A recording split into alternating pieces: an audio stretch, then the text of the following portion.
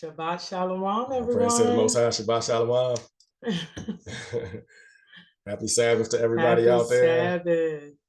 Let me get this door back here. Definitely just tying up a few loose ends here.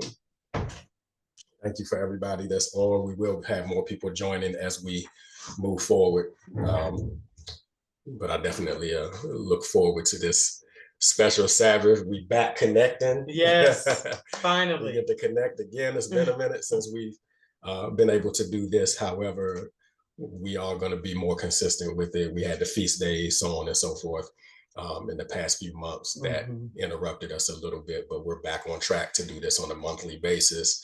And I'm excited about our guest speaker, not a guest, but right. Definitely fellow brethren, right? Looking forward to hearing the word from the Most High today. So shout out to each and every one of you. Shabbat Shalom. And to those of you that are going to be viewing this by YouTube, please hit the like button. Help us do good on the Sabbath as we continue an effort to do the will of the Most High. Also to Patreon, all of our Patreon members that support us, likewise. We love you. We appreciate everything that you do for us. We just want to say a healthy Tawada and thank you for all that you do. Stay tuned to our website, restorationcentercharlotte.org, as well as all upcoming events, especially this November 23rd, as we do our Feast of Dedication.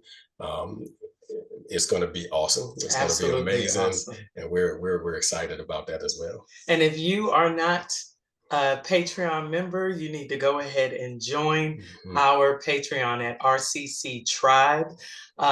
There is tiers to it. So there is a $5 subscription that goes towards our outreach, but you can also join for free. So there's no excuse not to be a part of the Patreon. So if you'd like to join the tier subscription at that level, it'll give you more access to pretty much all access to everything that we do. But if you join for free, you will get access to pertinent things as well. So we're trying to move over to communicating on Patreon more. So we welcome you to go ahead and join. Go to Patreon, download the app, and then go to RCC Tribe or Restoration Center Charlotte. All right. And before we get started with prayer and I'm going to do a little bit of an introduction to this great brother of the Most High before we get started. But talk to us a little bit about what Connect is and what the purpose of it is. This Connect platform, this is only our second one, but we're chugging along. The purpose of this platform is to give an opportunity for our age group between 30 and 50 years old, for you all to take the word that you've been hearing every other Shabbat and begin to strengthen your brother and his sister. And it's also an avenue that we want to use to bring people within these age ranges together so you guys can connect, right? And not just be connected through the leaders, but you can connect with one another. And that's why on this platform, it'll be you we are hearing from. Pastor Kenny and I are just overseeing it, but we want this to be your platform. We want you guys to plan meetups, to plan trips. We really, really want you to connect. We know that there are also people that are mobile members of RCC, and it's an awesome opportunity for them to connect as well with everyone that is here locally. So this is what the Most High has put on our heart. We were trying to find an avenue. How can we connect our mobile family along with our family that's here? And this is what the Most High gave us. This age group is when you're getting married, when you have children, you have so much in common. And it's always good that this walk is about community, right? And building that community. You may find someone that is joining this platform that may be in your city and you don't know that they're there. So we definitely want to not only you guys connect, but also you guys use this platform as a tool of evangelism. So you can invite people that you know to join, to get a taste of what it's like to be a part of the RCC body just by joining once a month and chiming in, and also use it to get to show them what it's like on this walk. The awakening is spreading, right? But not everyone in the awakening is representing the Most High the way we should be. So this is a perfect opportunity to bring your friends and family that you've been telling about the awakening, that you've been, that may have been criticizing you, and so forth and so on. This is a perfect platform for you to gently introduce them to people that ain't crazy. Hallelujah. It's for all three of those purposes. So we just wanted to go over that for anybody that may be on here for the first time. All right, and shout out to each and every one of you. I'm seeing some faces already, especially between Lamar and his awesome and amazing wife, Courtney, and Willie, as well. Just how you guys have, in specific, really spread the word. Spread the word, yeah. You know what I mean? Even to your family and your loved ones, and just been on the grind for the Most High. And then it quite naturally benefiting RCC. We just want to thank you for your outreach-minded efforts. And shout out to Alexis and Tay. Yes. All praises to the Most High. Our power couple within the Connect ministry that has just been such an amazing blessing to us. And then we have our Imam, Mama Nita, also, who is joining us today. We're going to say that she capping out at 50 today. But she's an amazing support to Mora and I. And I want to give a quick shout out to this brother that we see joining us on Connect today as well, Patrick. Brother Patrick, Shabbat Shalom to you and your family. And I'm glad that you're able to join us today. We have been able to communicate with you a little via email. So I'm excited to welcome you as a special guest to our Connect Shabbat today. All praises. And maybe at some point before the Zoom is done, we can give you an opportunity to introduce yourself if you'd like to. All praises to the Most High. We still have people coming in, but without further ado, what I'd like to do is everybody take a look at that block on the Zoom. Willie Hazard, a young brother, powerful, on fire for the Most High. From the first day I met him, he was already on his journey and praying and fasting and seeking the Most High, and already just excited about what the future would hold for him and his family. And to get an opportunity to meet him and even get to know him through our daughter, Christina, and her husband, Malik, the Jeter family. Since I met him, man, it's just been family. Instant. Yeah, like instant. Like we always have known each other, and just his attention to detail, the questions that he asked, even in the beginning, never asking questions for debate, but always asking for wisdom and understanding as to, why we may bring out the scriptures in the capacity that we do. He's just caught on and really been a blessing to this ministry, and personally been a blessing to my family and I. So I am super excited about the word that he's going to bring forth today. And before we get started, guys, just want to give out a few little, I don't want to call them ground rules, but just kind of instruction. So the Zoom, everyone can be heard. I know I can back Willie up, and we definitely want this to be interactive. If you sway to the bottom of your screen and look at the reaction button, if you want to raise your hand, because a lot of times when everybody just comes on and off the mic, it can distort the person that's speaking. So there's also, you can utilize the chat on the side. If you have a question while Willie is speaking or anything like that, just kind of want to run you guys through that. Some of you may not. I'm pretty sure a lot of you are familiar with Zoom, especially if you've been at RCC. But if you're not, just wanted to go over those things. If you sway towards the bottom of your screen, you can use the reaction button to raise your hand and to even give little shout outs and praise. And you can also use the chat on the side for any questions that you might have. All praise to the Most High again. Officially, we just like to welcome everybody under the sound of our voice. On behalf of my awesome and amazing wife, Mora Faranda, and Pastor Kenny, and the Restoration Center Charlotte family welcomes you to our Connect Shabbat gathering, where today you will be hearing from our aunt and brother, Willie Hazard. So without further ado, Shabbat Shalom, Willie. How's it going? How you doing? Good, good. All right, so how everybody doing today? Hope everybody feeling well, and just bear with me because I am a little bit nervous. So I'm hoping for everybody to have a little bit compassion and a little bit patience with me, okay? So like Pastor Kenny said, I am one that does pay close attention to detail, and I have a lot of questions. I tend to piss my teachers off a lot in school with the questions I have because I have a lot of questions. But it's just because I pay so much attention to detail is where the question is coming from. So what we're going to start this off is just talking about some biblical principles for making godly decisions. And that was really important to me because it's like, okay, maybe I feel like I make good decisions, but are they godly decisions? Are they or what's the difference between good decisions and godly decisions? Is it okay to just make good decisions? Is it like, will God accept that?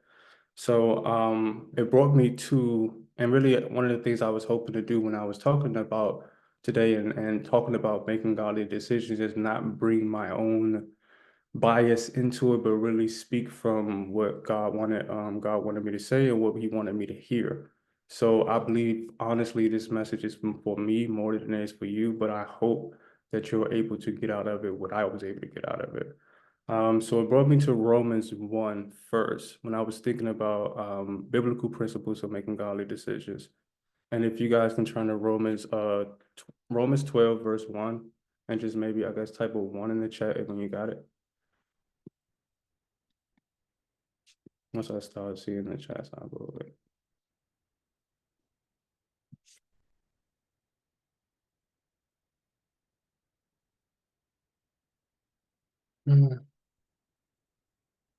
Are we at Romans 12:1? All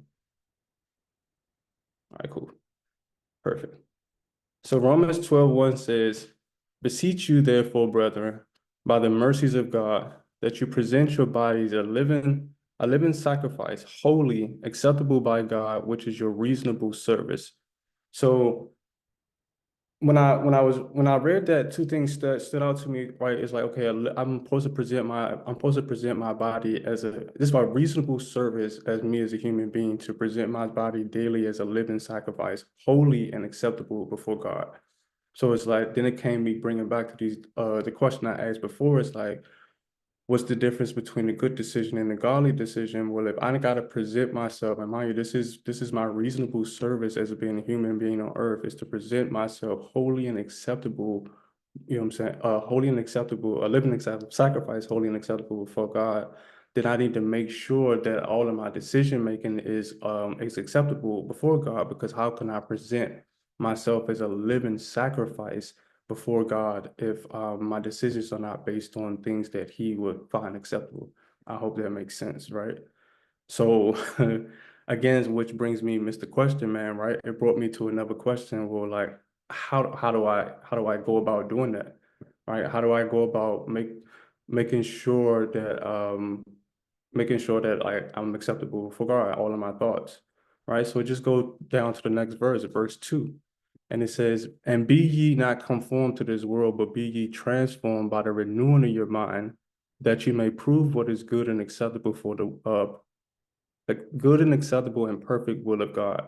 So again, it's giving us more instructions right there. It's telling us, okay, first we need to renew our mind, right? But this is not just telling us what to do, it's telling us why we need to do it, right? So the first thing is so he doesn't want us to be conformed to this world, and he wants us to be transformed.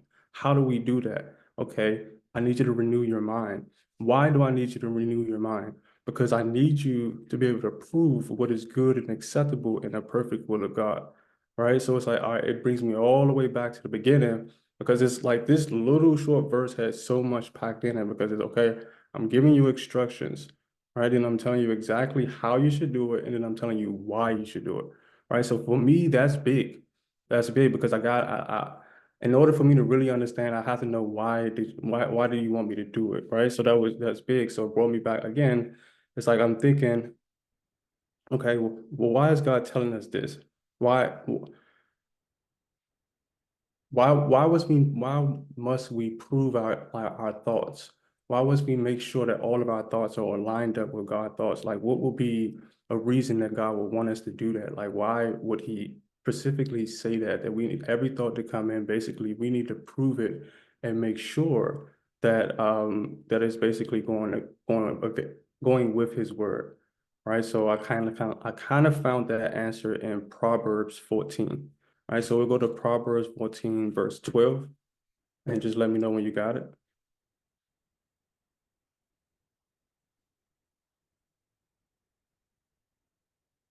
You can just type a 1 when you got it.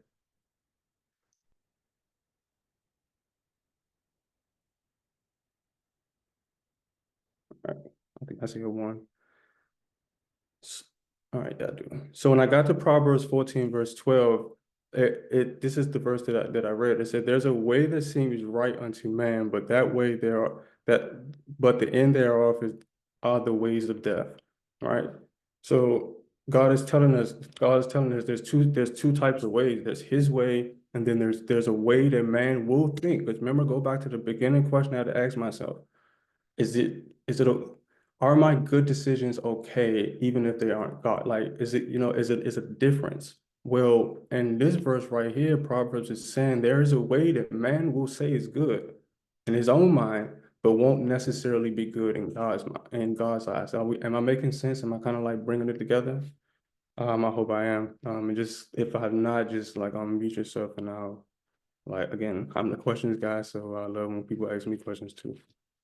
So which got me thinking is like, all right, and then it brought me back to one of the things I was thinking about is like, okay, um, a lot of the decisions might like it may be good to the world, right? It may be good, like I may feel good as a person, right? It's like, all right, I did this, I did this, I did this, I live, I pay my bills, I'm good to people, I don't steal, I don't do these things. But what about the extra step, right? To making sure that all of these things, even though they're good in the world's eyes, is it good in God's eyes?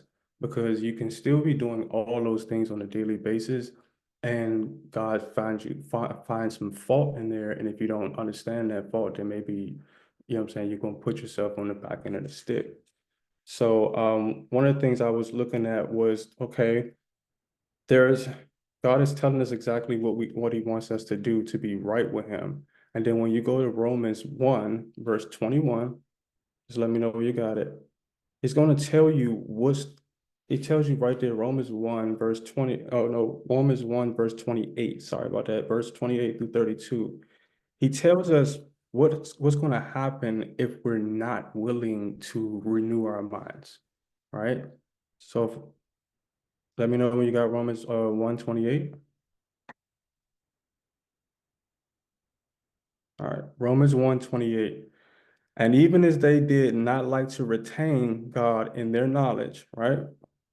God gave them over to a reprobate mind to do those things which are not convenient, but filled with all unrighteousness, fornication, wickedness, covetousness, maliciousness, full of envy, murder, debate, deceit, malignity, malignity, whispers, backbiters, haters of God, despiteful, proud, boasters, inventors of evil things, disobedient to parents, without understanding, covenant breakers, without natural affection, implacable, unmerciful, who knowing the judgment of good, who knowing the judgment of God, that they that commit such things are worthy of death, not only do the same, but have pleasure in those that do them.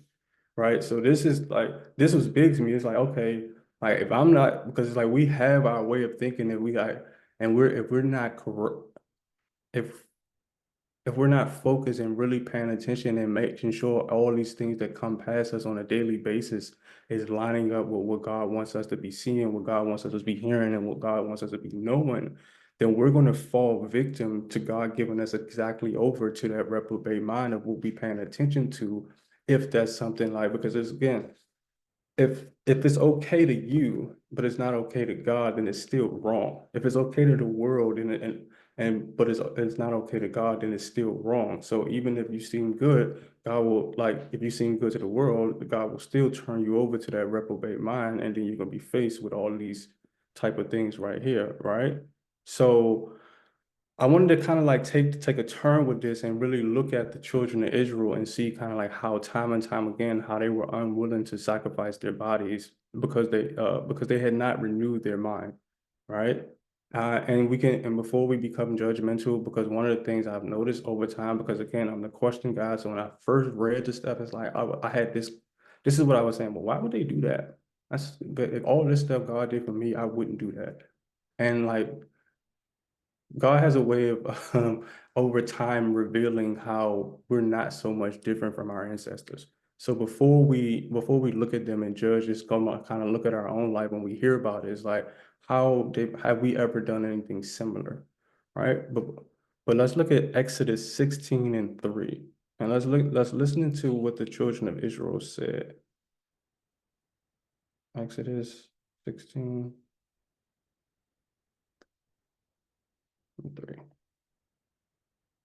All right. Let me know when you got it.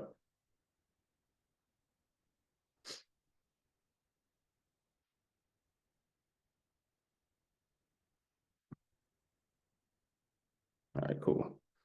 And the children of Israel said unto them, Would to God would to God we had died by the hands of the Lord in the land of Egypt, where we sat by the flesh pots, and where we did eat bread to the full, for you have brought us forth into the wilderness to kill this assembly with hunger. So what I was able to get from that is the children of Israel were so conformed in their way of thinking. They were so, because you got to remember, like, God had just defeated Israel's army. I mean, Pharaoh's army. He just took them across the Red Sea. He just totally wiped out Pharaoh's whole army. But because they hadn't shifted their mindset, they hadn't shifted the way they were thinking from before, they were willing to go back and be slaves. I mean, not willing, but they were like saying, like, we would have rather died in Egypt where we had food than be out here where we don't. So it's like, see how that's a condition of thinking, and like, it's like they don't think anything was wrong with that, even though God had showed them over and over and over again how, like, he will provide over and over and over and over again for them. And we just look and we just keep reading throughout the story of why they inside the wilderness over and over and over again. He had to prove them over and over and over again that he was capable of doing what they didn't believe he was capable of doing. But it just goes back to show it, like, the reason they didn't even make it into the promised land, into the land of Canaan, is because of their way of thinking. Even when they went over there, God sent a couple of them over there. It was because of their negative mindset. It was the way they think, and they never transformed their way of thinking. So the things that they see, and they just put it up against the word of God. Yes, we're going over there and we're going over against giants, but okay, God just took us across, like, you see where I'm trying to go with this? God just took us across the Red Sea and then opened it and then closed it back. Who cares about these giants? But their way of thinking was still shifted, or, you know what I'm saying, and they were still shifted in a negative mindset. And it doesn't matter necessarily. It's like whether you just say, okay, you're not a bad person, I do all good things, but you still have a negative belief system when it comes to the abilities of what, like, okay, when it comes down to your bills, and let's say you just negative. I don't believe that, like, you believe everything that God said in the Bible except when it comes to keeping your light bill on. It's no difference than the Israelites saying that you brought me all the way across the sea and now I can't get no food. Kind of like, you see how I was trying to make a connection there. I hope I didn't offend nobody, because like I said again, this message was more for myself than it is for you, right? So again, here come the question guy. All right, because now you got me a little nervous, and I know I need to renew my mind. I can see how over and over again, because the children of Israel weren't willing to renew the way they think. And remember, Moses went up onto Mount Sinai, came down with a whole law, and they were supposed to, you know what I'm saying, they were supposed to renew their thinking before they can go over, but they weren't willing to do it. So how do I do it? Right? How do we do it? Right. So then we'll go and look at Joshua 1:8, verse 8. Sorry.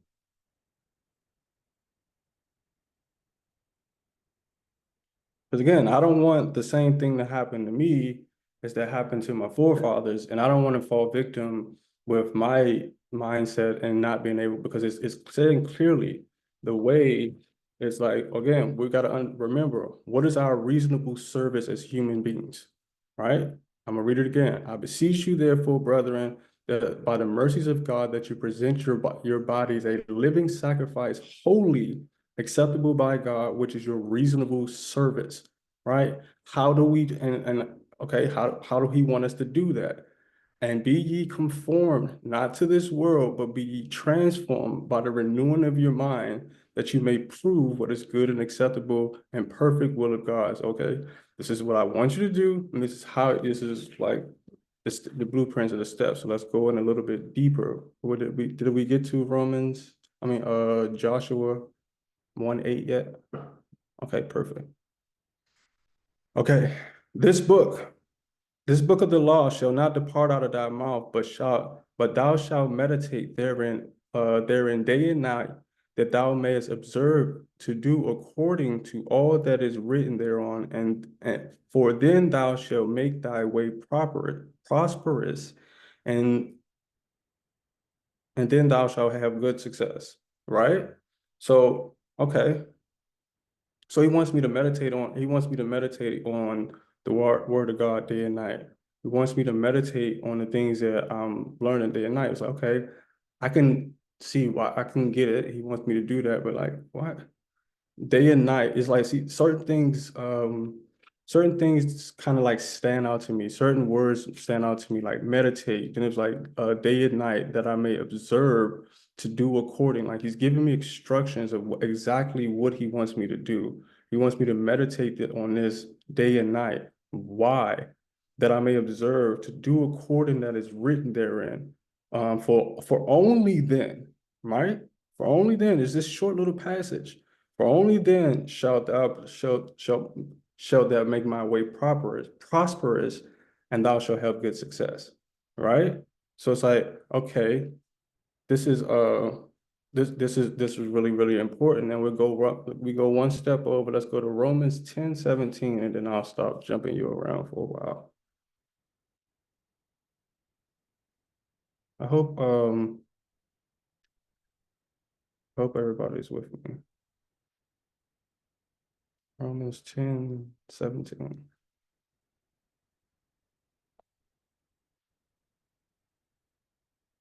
All right, so here we go.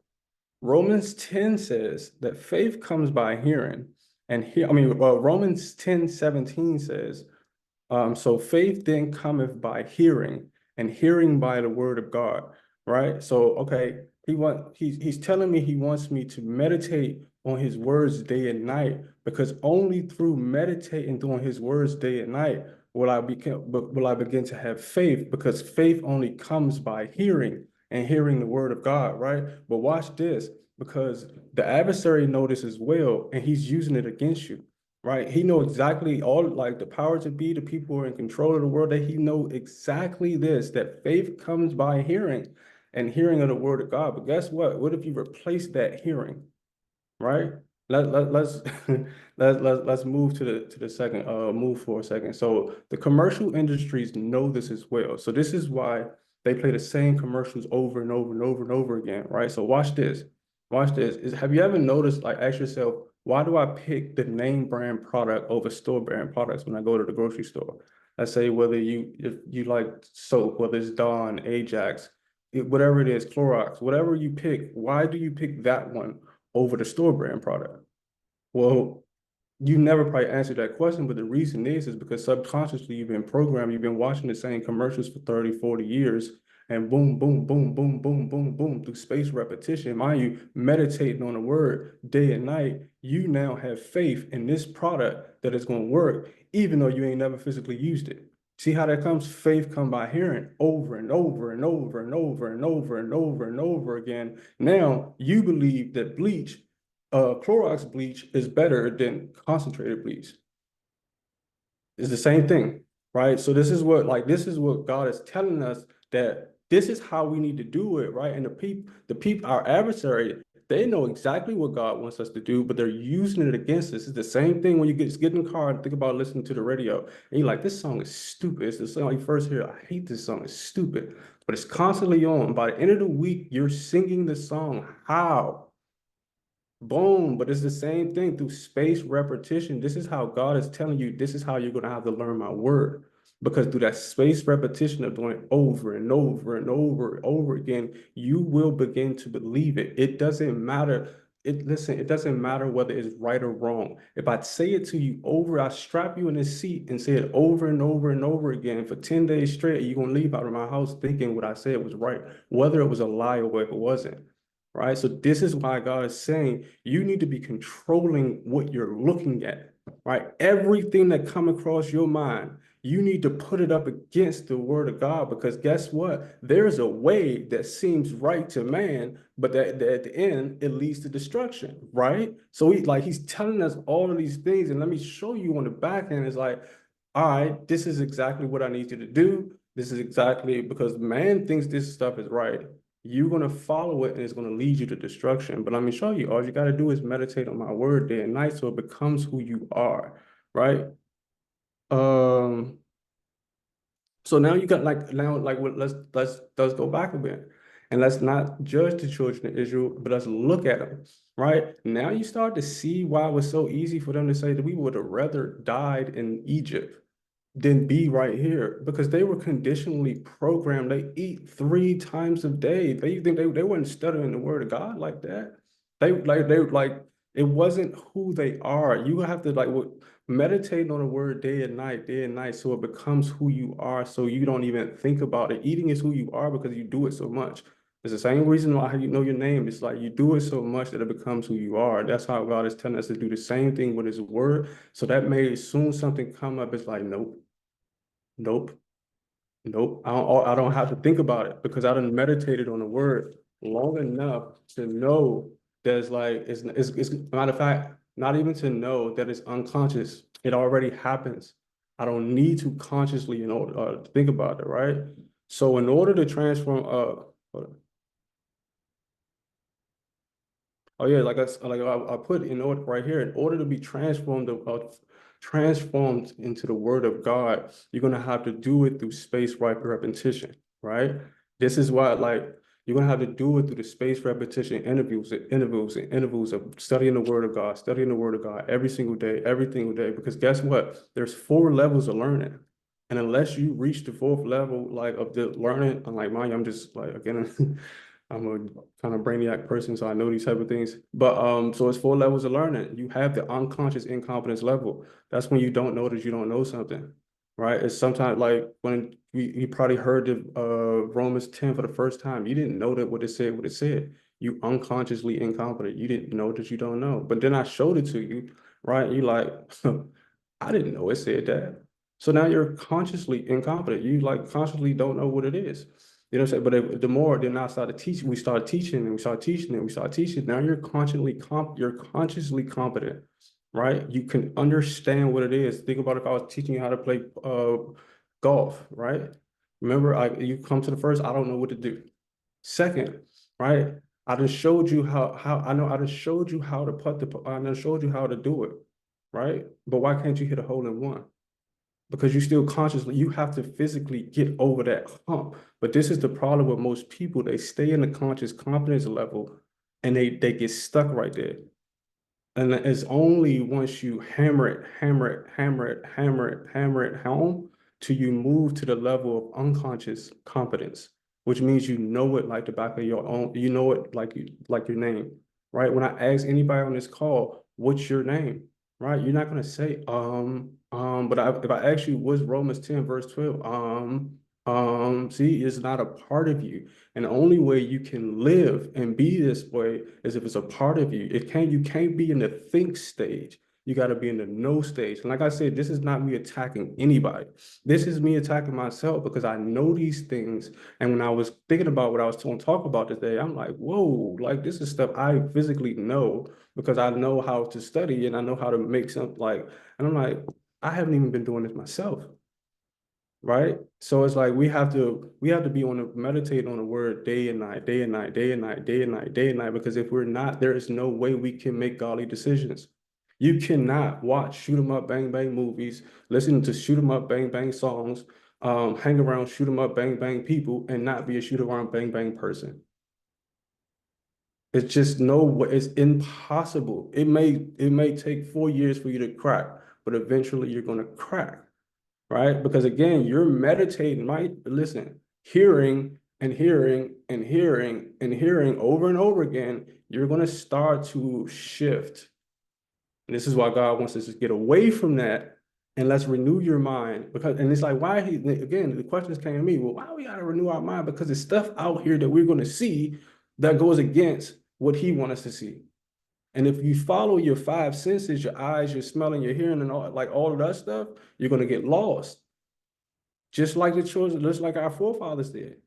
They got lost on what they can see. Like, remember, He specifically told them, when you go over there, don't do as the people do. We're in the same predicament. That's why I say we can't judge them, because what? We can't do what the people do. But guess what? We still listen to the songs. I find myself knowing stuff, be like, why do I know this? Why do I know this? It's like, you gotta understand, I need to be in the word day and night. It's like key, you gotta understand, why does it say day and night? Again, I studied this in school. I hope I don't lose anybody here. They say the best time to learn information is in the morning and in the night, right?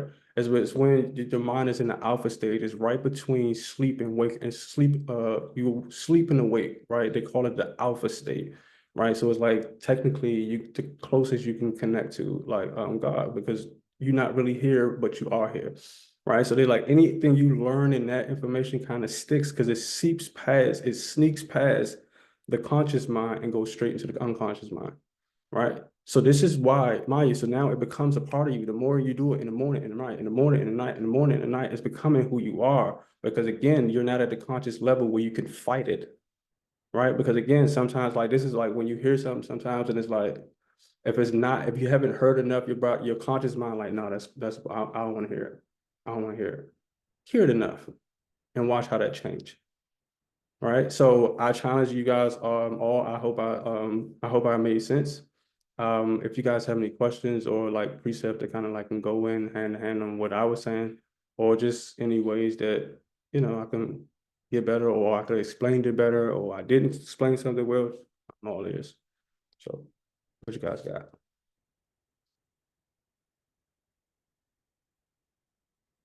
Yeah.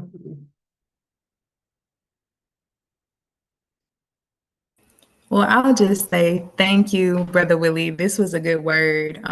Just knowing that reminder of why we're told, in the word to do things day and night and put the knowledge behind it. Because, like you said, we hear things so many times like, oh, you should pray first thing in the morning and you should pray, when you go to bed at night. But you really gave us that context to understand, even with the terms that you use, like the spaced repetition.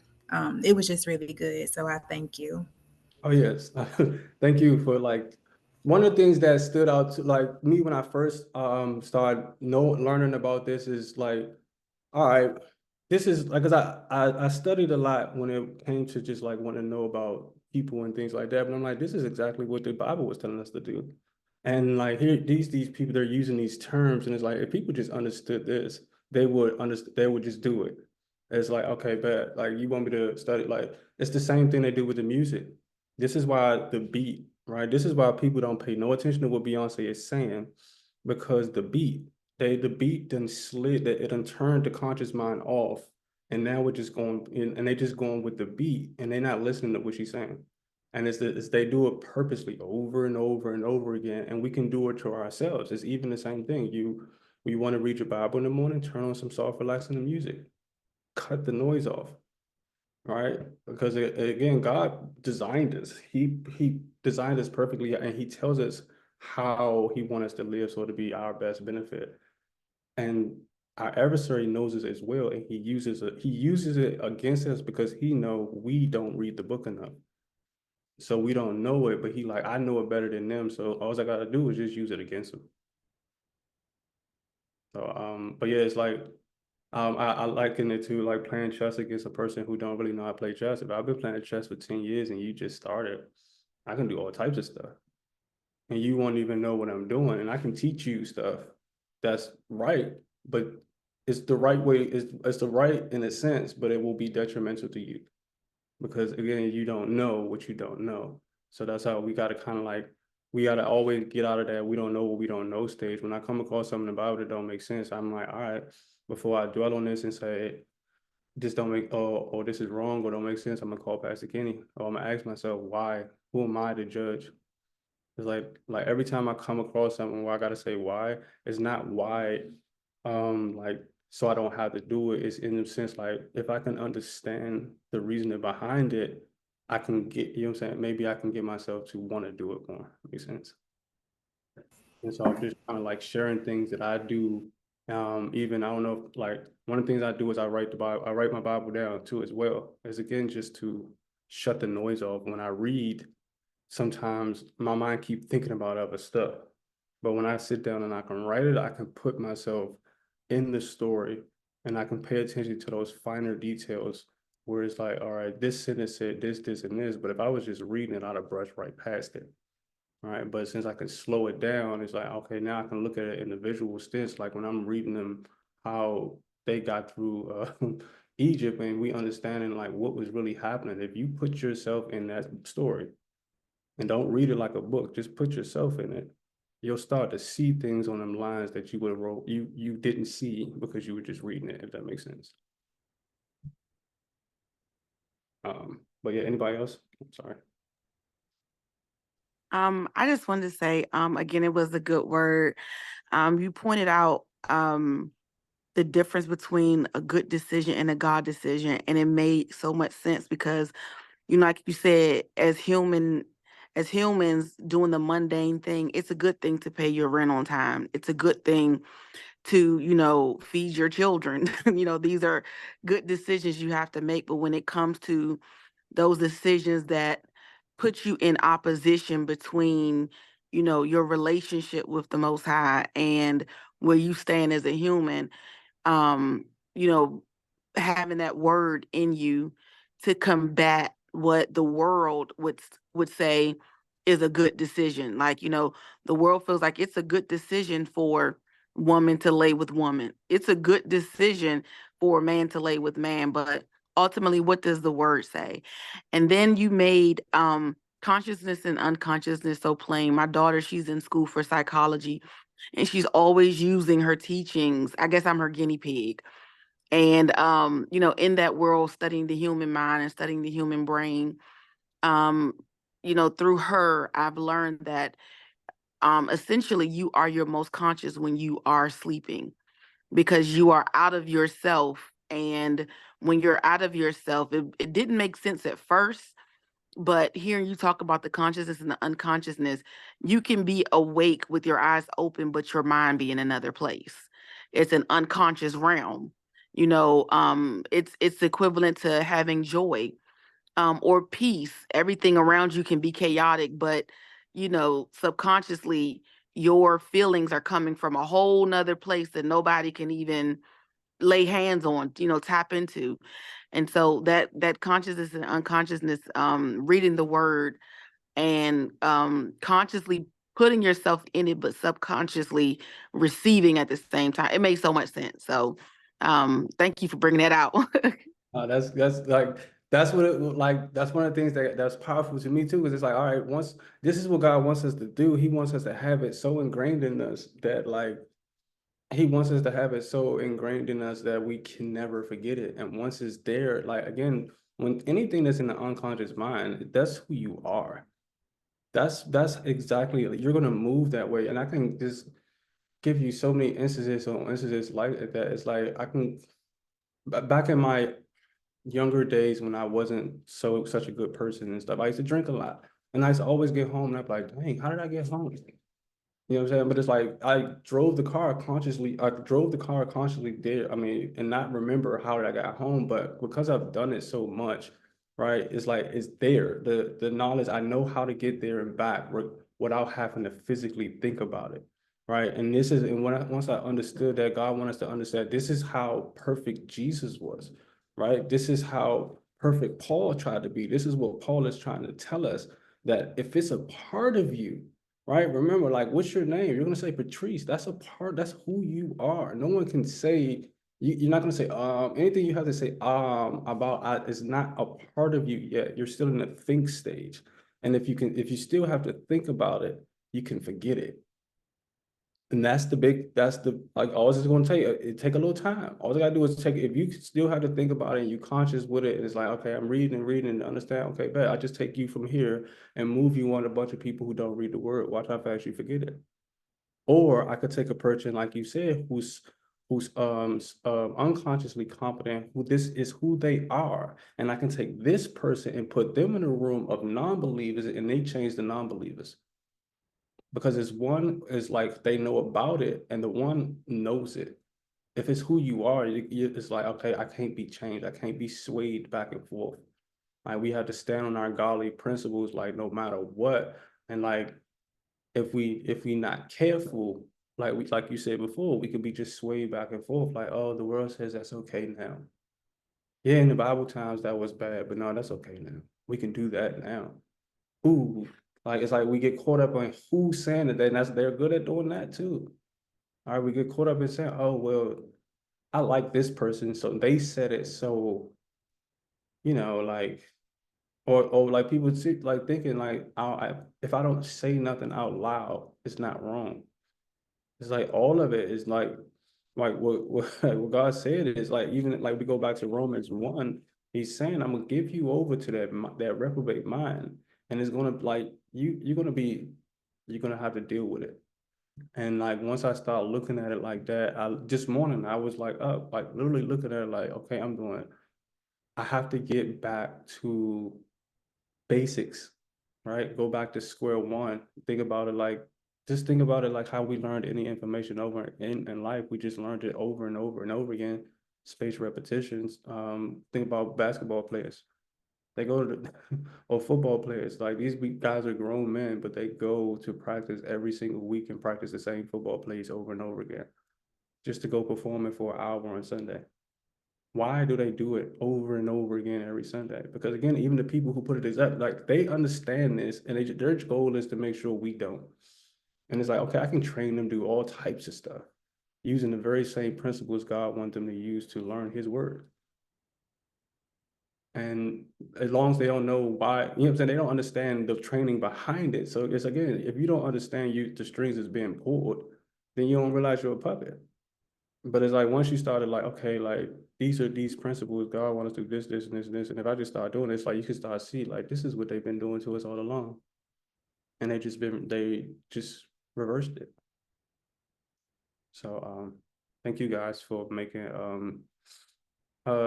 making this possible. Let me come on. I want to thank Pastor Kenny too, and Maral again for letting me come on, because I do read my Bible a lot. I do study a lot, and I come in and I have a lot of questions.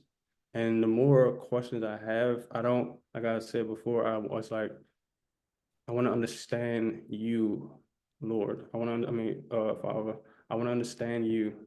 I'm not trying to combat you, but if I don't understand, then it's going to be hard for me to do it. So show me a way that I can understand. And more times out of 10, sometimes I don't even have to get the question. I mean, answer for somebody else. I'll just keep reading. And it'll be like 2-3 paragraphs down, the answer. It'll be like, why? I don't know if you guys watch Young Sheldon. Big Bang Theory. But yeah, you just be like, why? Oh, that's why. Why? Oh, that's why. If you just keep reading, you're gonna get it. So thank you guys. All praises. One of the things that stuck out to me, as you were bringing this forward, especially as it pertains to your conscious versus your subconscious, is our ability to practice being intentional, right? And when you know the why, then you can be intentional. But if you don't know the why, then you're tossed to and fro, trying to figure out what's going on, so on and so forth. And what that will cause us to do is make decisions based on emotions. We'll make decisions based on, like Brother Willie said, what feels right or feels wrong. If you're conditioned to do things a certain way, your feelings become numb, in a sense, to any other instruction or direction that opposes what it is that you're feeling. You can choose wrong and feel right about it. Mm. So I like that idea and that you brought forth within your teaching, because we tend to make decisions in this crazy, messy environment in which we live, to make decisions in the midst of noise, or make decisions because we're feeling pressure, or making decisions because somebody is standing next to us, or somebody could be standing right in front of you and ask you a question, and you feel the pressure to answer a question that you don't know, because you just are not intentional. You can be intentional in listening. Yeah. You can be intentional in being silent. You can be intentional in, hey, can you elaborate on that a little bit more? I need more details. I need more information, if you don't mind. Can you explain that again? So on and so forth. So these are things that help train even your subconscious mind as well. And it comes through these biblical principles, like Brother Willie said, that the world has used within corporations, right? Even when they doing public speakings and motivational speaking. And I know me personally on my job, every year we have, the annual meeting of teachers where people come in and they build us on instruction and come out with new ways to retain information and even how to teach those things to the children, right? Then what happens is I'm hearing all of these biblical principles from people that don't live godly. This whole foundation that we stand on, called America, was built on biblical principles in a lot of things that they do and a lot of things that they teach. But what they're not doing, right, is teaching you how to do those very same things yourself. You're just being led like a ship without a sail. So they're using the biblical principles for their benefit, but they're not empowering you to do the same in your home. Because if you begin to do the same in your home and in your life, right, as a godly person versus an ungodly person, now there's a distinction. Now the power comes back to those who are seeking the Most High God versus just using his biblical principles. And it reminds me how powerful the word is when it says in Psalms 1 to meditate on his law day and night. Just listening to what Brother Willie brought out with those principles, as Pastor Kenny just said, on our jobs, we're taught to actively listen, and so forth and so on, because we can't problem solve unless we're actively listening, right? But if you use the principles of the word first, that's what makes you excellent in the workplace. And when you meditate on his law day and night, and you become steadfast in that, then however you operate with the scriptures and with the Most High, you're going to operate like that even on your jobs. That's what's going to make you prosper, because of the principles, how you are allowing the principles of the word to mold and shape who you are.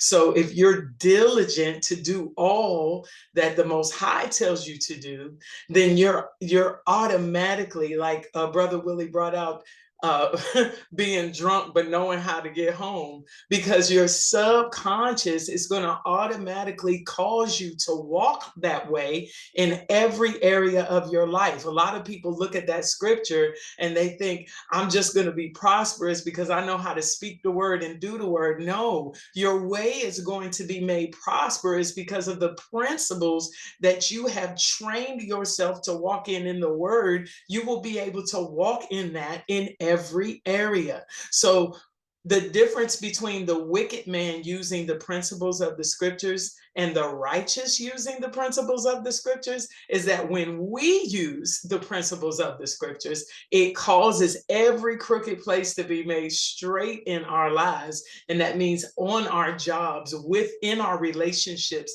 That's why it's got to start with the scripture, right? And that's why when we try to do it outside of that, it doesn't work. But when we start, as Brother Willie so eloquently brought out, with the word, then it's just going to seep into who you are. The DNA of who you are is going to become what you are. You're becoming as you are meditating on his word and getting an understanding. I love the fact that Brother Willie goes out of his way to get an understanding. That's right. Why would you want it? That's the reason why we have a lot of people on social media that are in this faith and in this truth, but there's so much division, right? Because people aren't getting an understanding. They're just hearing knowledge and it sounds good and they're regurgitating it, but their life has not been transformed into what that word is saying. So now you have a person who starts on the road to the truth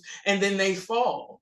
And it's a big fall because that's the enemy's trick, right? He wants to bring you up in pride and bring you up to a high place and fill you up with knowledge without your life being transformed.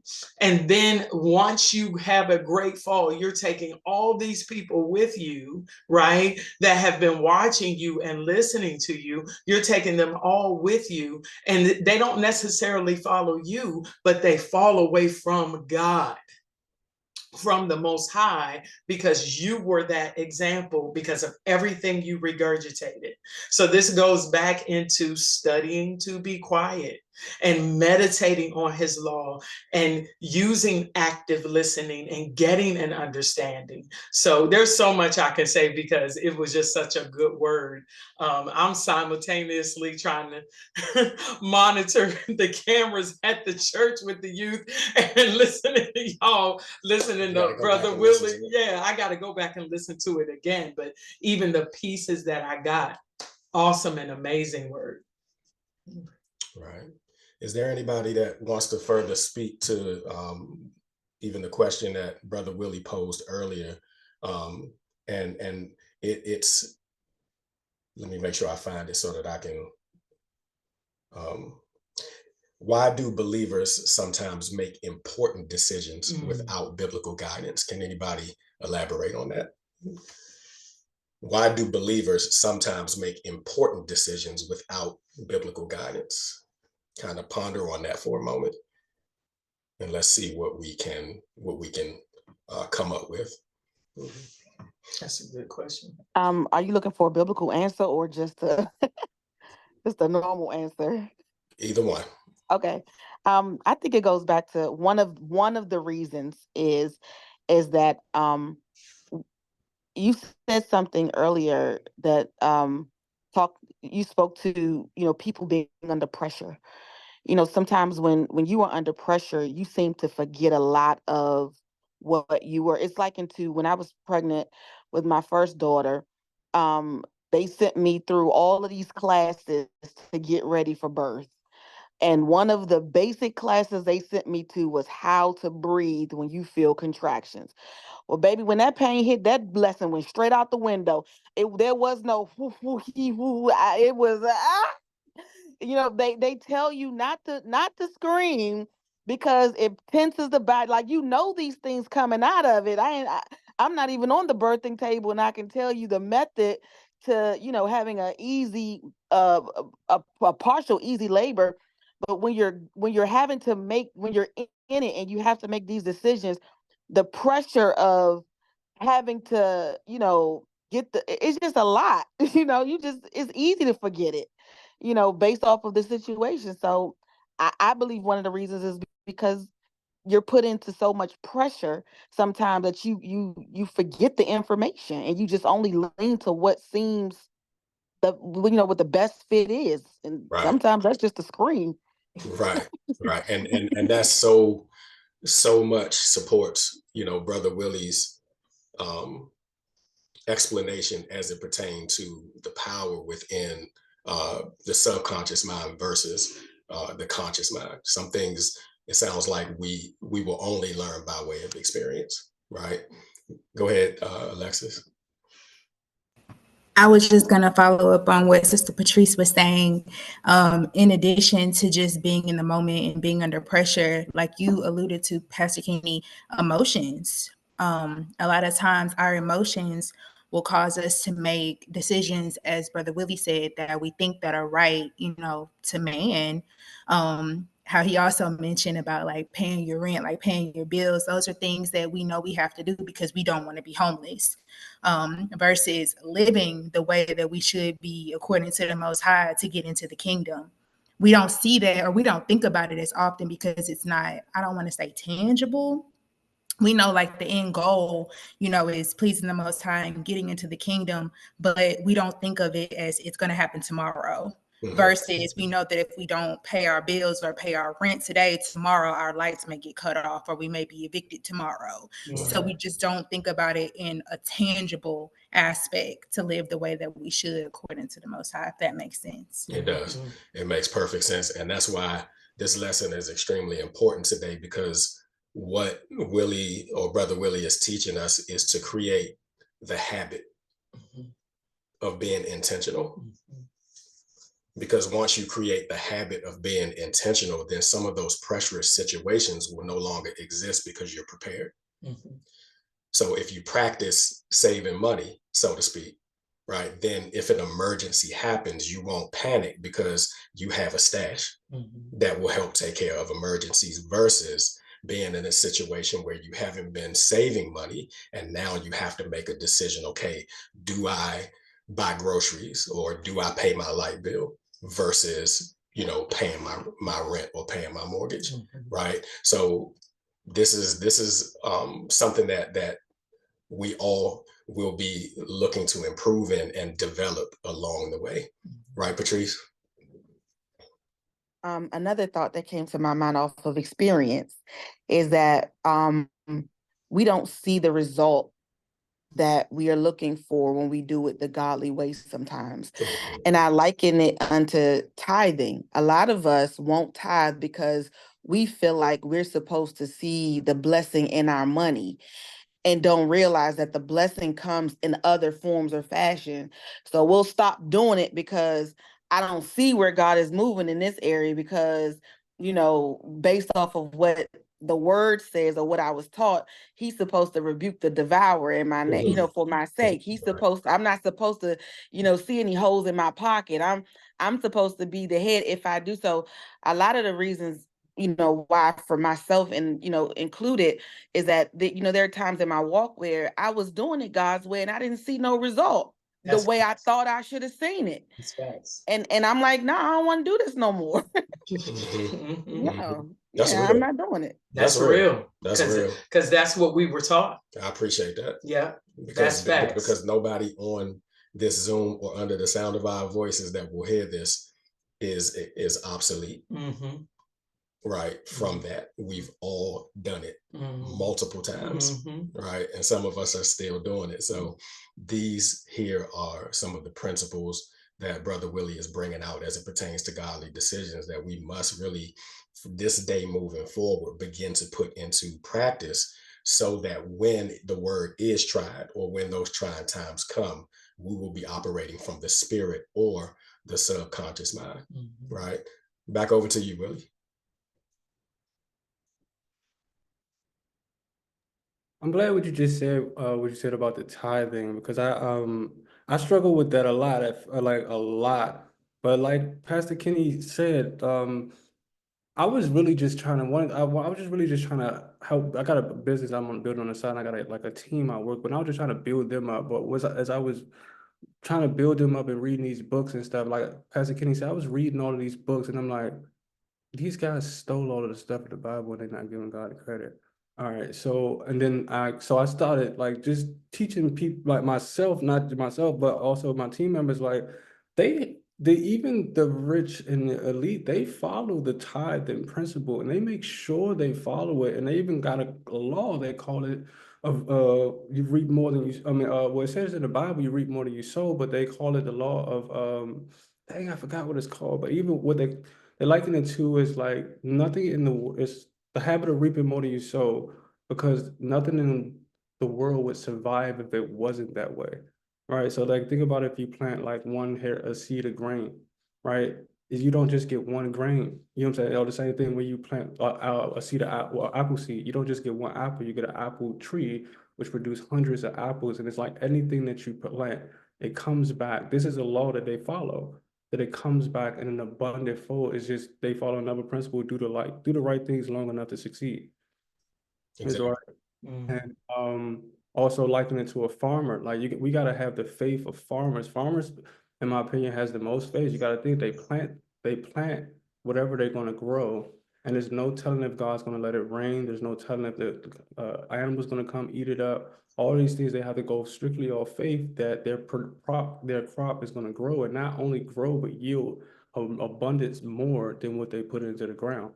All right. And if we live our life the same way, it's not like looking for a material thing, looking for a material return, or more so looking like, I don't know, like because that's how I was looking at it at first. Is too, is like, okay, I'm giving, but it's like I don't get nothing in return. But in reality, things were happening around me. I just was looking at it from this point of view, and I wasn't looking at it like God was blessing my life in tremendous ways. It were things that were happening that I couldn't explain why it was happening, but it was because I gave a lady $40, and now somebody blessed me with like the rent or something like I get a job out of nowhere. It's things like that. It's happening. God is blessing you.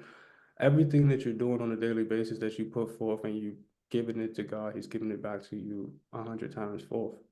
So you just gotta remember that you're not nothing that goes to God is in like, as long as you're doing it for the right intentions. And that's another thing I had to realize too. It's like, am I just giving tithes just to get money back? Right. Like, or am I doing it because this is my duty? You know what I'm saying? I owe this. Like the same thing what we said before, is our servitude to give our body, and you know what I'm saying, as a sacrifice to God. It's our duty, not because I want something back. And when we switch the aspect of it, it's like, okay, this is my duty. Like you're gonna get back so many more things. So I would just kind of like look at it like that, and just always think about it like a farmer. These guys plant and they just wait, and God blesses them. He brings the rain. He makes sure that the animals don't eat all of their stuff, and then they feed us too, because that's how we get our food.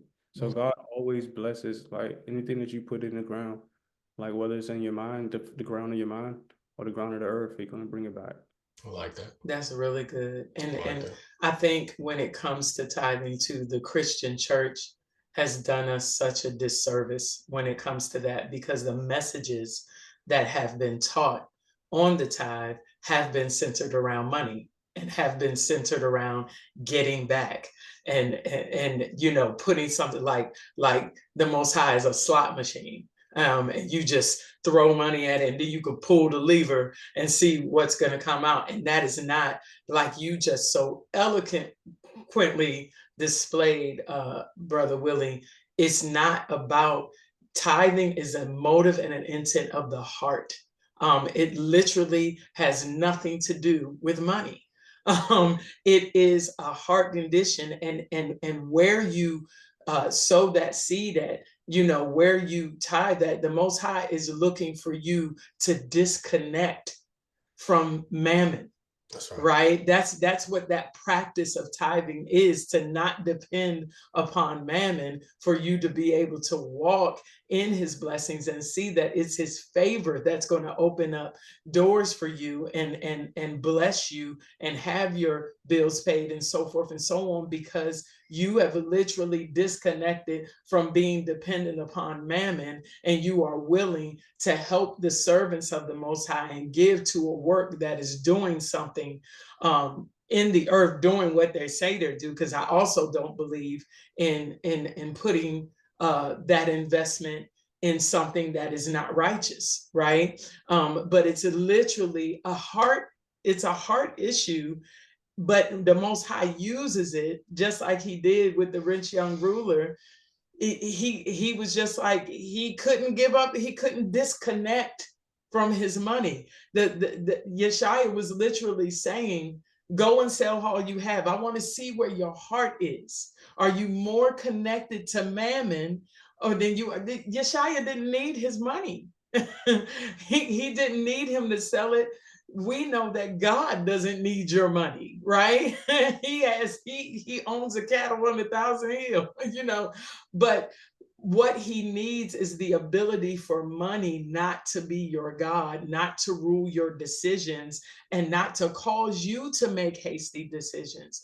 What it in tandem helps the people that do the work do is it advances the kingdom in the earth when you tithe. So it's a twofold reciprocity that's coming back. And also, like Brother Willie said, the wicked use it, right? They use the principles, I think they call it the law of reciprocity. What you do for one, it'll come back to you. And they are using that principle and reaping from that principle. This is why the rich put their money in charities, right? Because they believe in the law of reciprocity. Why? Because it's a principle. It's a principle that works. The scripture says the diligent hand shall be made fat. He didn't say the righteous hand, and I say this all the time. He said the diligent hand. He didn't say if the righteous give, they'll be blessed. The giver shall be blessed. So you can be unrighteous and use the principles, but because the Most High set up those principles, and those principles, the things that he set and he put forth in the earth will not return void. That is why you see the wicked prosper, because they use our principles. Now their prosperity, right, is short-lived. We gain a far better, what we gain is eternal. That's the difference. But anyway, over to Brother Willie.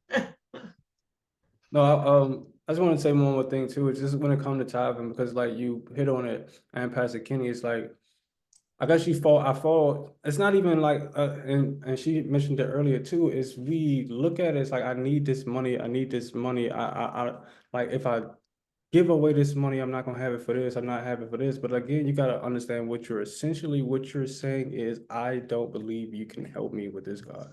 No matter however you try to justify it for yourself, that's what you're saying. Like, you can dress it up as fancy as you want it. I need the rent, we're gonna get put out tomorrow. Well, what you're saying is, God, I don't believe you can get it to me by tomorrow. Right. Wow. And I can even for things like, they say you reap what you sow. When God always has a funny way, he showed me whatever I was supposed to do and I don't do it, he immediately showed me, yeah, you were supposed to do this and that's what's about to happen. But on my way, when we was coming to when I was coming to North Carolina with you guys, I already knew what I was supposed to do. It was like, okay, but at a certain amount of money, I was going to tithe. At a certain amount of money, I was going to put in my investments, and then I was going to just like figure out the rest, not even know how I was gonna get back, right? This is what I was supposed to do. But along the drive, it was like, Willie, you gonna get, bro, you don't even know nobody in North Carolina, bro. You don't even really know these people for real. Like, they might not even, like, what you gonna do, right? This is the thought that's like, and I got a 6-hour drive to think about it, right? So I'm just like, okay. And I'm like, all right, so what we going, like, all right, I don't think God's going, this is what I'm justifying myself. All right, Willie, I don't think God's gonna be mad at you taking care of yourself at a feast he wants you to be at, right? But again, this is just me justifying myself. Like, no, Willie, you were supposed, this was 10%, like you said you was gonna do, like the Bible says you're supposed to do. You said you were gonna do it, and I backed out of it. And I've been sitting on this stupid boot on my ankle ever since because I liken that, like, I take it literal. Every time I don't do something like this happens, right? And I'd be like, So I look, I still got my boot on my foot. I'll be off in probably like another week, but all because I didn't do what I said I was gonna do and what I knew I owed to God, and I was being, but I was putting my needs before because when I got this, my point is saying that because when I got to North Carolina, I don't even think I needed $1. Like it would have been fine, and I'm pretty sure they would have made sure I got back too. But I was worried for nothing. And like, because I was worried for nothing, God showed me not only were you worried for nothing, but take this. So I just like maybe sometimes maybe think about that story the next time you want to tithe and you don't. You know what I'm saying? That made me hurt your ankle, but just the fact that, yeah, you may not need the money after all. The fact that you were willing to give it away, God might give it to you twice as much. Go ahead, Alexis. Go ahead, Alexis. I just have a quick precept for that. John 14:27. So it reads, "Peace I leave with you, my peace I give unto you, not as the world giveth. Give it I unto you. Let not your heart be troubled, neither let it be afraid." Yes. That's good. Yes. I was laughing, and let me tell y'all a little bit about what Brother Willie is talking about.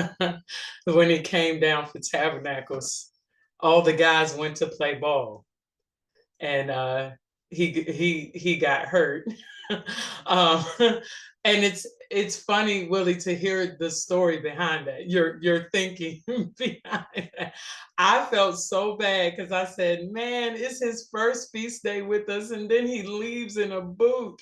And Elder Mickey, he and Elder Mickey literally spent hours at urgent care, and I felt bad as I was just like, no, not at our tabernacles. Because I was like, I don't want somebody new to get hurt at tabernacles. So to hear you tell the story behind why you think that happened, it was just funny to me because I would have never thought that you were thinking that. So praises. I'm glad that boot is getting ready to come off. Yeah. Simply at the end of the day, the Most High will allow whatever the world uses as an engine to try our faith. It just so happens that money is their engine. You know what I mean? Mammon is what they use, but we can replace that with anything, really, when we're talking about principles, when we're talking about a mindset, when we're talking about filling our subconscious mind or our soul to choose or be in concert with everything that the Most High says in his word, right? The world is always pushing back against that. And they will use what they have conditioned you to be most important to get you off track. It's really just that simple. We're gonna go to Proverbs 21 in a second, but I want to give the floor to Patrice. Patrice. I was sitting here laughing at his story because even though I feel like as children of the Most High, we always get the greater punishment. And if it's not physically, it's in our mind. I remember one time we could do the smallest thing on a thing that seems small, but get the biggest judgment. So one time I needed a hubcap in my car. I needed a hubcap, y'all, just a small little hubcap, something you can go to AutoZone and get a bag of them for like $5-6. And I called myself taking a hubcap off of somebody's car and put it on my car. Do you know it cost me a whole tire, like running through DC streets, and I had caught a nail in my tire, and all I could do was think back to, you should have just bought that $5 bag of caps. And this is your penalty. And I'm a believer and I know better. You know what I'm saying? Like, this is not something, and even when, like, this is connects. I feel in my days where I was promiscuous, right? I knew I'm leaving church. This is not the first day worship, but you still have a consciousness of doing, a wanting righteousness, even in that state where we were in. But I knew I got church on Sunday, Bible study on Wednesday. I got me a hookup on Friday, and I'm riding behind a truck with an HIV sign on it. And my mind is like, oh my God. It's like the thought of being scared with knowing that you just did something that could land you in a place where it could cost you your life, it was enough to scare me straight. And I was like, I don't want this punishment. This is something I don't want. So I agree wholeheartedly with what Brother Willie was saying, how that life will come at you, and the Most High will use them little things to be like, so is that what you want? I be like, nah, I'm good. Right, I'm good. I'm good. That's so good. Oh my That is goodness, so that's a good. good example, boy. Let's go real quick from the most recent comment made in the word to go in the word from the most recent comment we made, because some people may say, you know what, that sounds pretty harsh, and the Most High don't really rock like that. He don't really do that, right? But this is the importance of us knowing that we are the bloodline seed of Abraham, Isaac, and Jacob, and that we are the children of Israel, and that even according to Psalms 147, he says that my statutes and my judgments, the Gentiles or the heathen have not known them. So that's why they can operate a certain way and not necessarily get the full punishment that we would get, right, as the children of Israel or as his chosen, right? So real quick, let's go to Amos 3, and we're going to read verses 1 and 2, because this is just in conjunction with what Willie and Patrice just brought out about how what the world would call karma works. Even when a couple of weeks ago, when Mora and I were watching, the football game, the Bears versus the Redskins, and one of the players from the Bears, he was celebrating before the game was over, and he was taunting the crowd, and he was jeering and mocking them. And then while the play is going on, he's still looking at the crowd and talking trash to them. The play unfolds what they call a Hail Mary, which was the last throw or last second ditch effort to try to get a touchdown from far away. And he was the one that ran back into the play and tipped the ball to our player. And we won the game. He was mocking the fans and celebrating too early. And then he turned right around within that 12-second period and was judged for it, right? It came right back to him, right? So watch this real quick. Amos 3 and 1. What does it say? Hear this word that the Most High have spoken against you, O children of Israel. Is he speaking to the Gentiles? Children of Israel. Is he speaking to the whole world? The children of Israel. He's speaking to us. Read. Against the whole family which I brought on from the land of Egypt, saying, you only have I known all the families of the earth. Therefore, I will punish you for all your iniquities. There it is right there. Therefore, I will punish you for all. You know what I mean? Because he's a father. You know what I mean? He's chastening. And growing up as a child, man, I knew punishment in and out. Like I used to be punished so much that at school, we used to brag on who was punished the longest. Who had been on punt, man. Oh, you only got 2 weeks, man. I got a month. I got 30 days. So you can't be worse than me.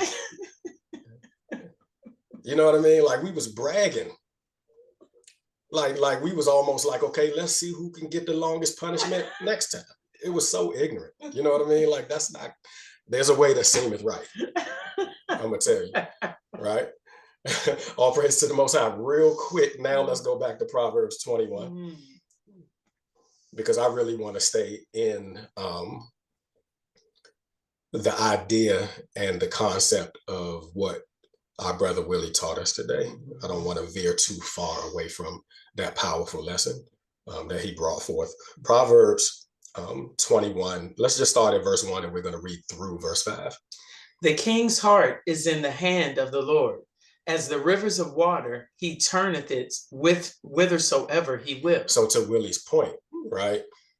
If we are intentional about presenting our bodies as a living sacrifice and renewing our mind, then it doesn't necessarily matter what plans the king or the president or any person of authority in the world has, even somebody as it pertains to cutting off your lights, so on and so forth, right? The king's heart, or the decisions, listen, the mind of the king.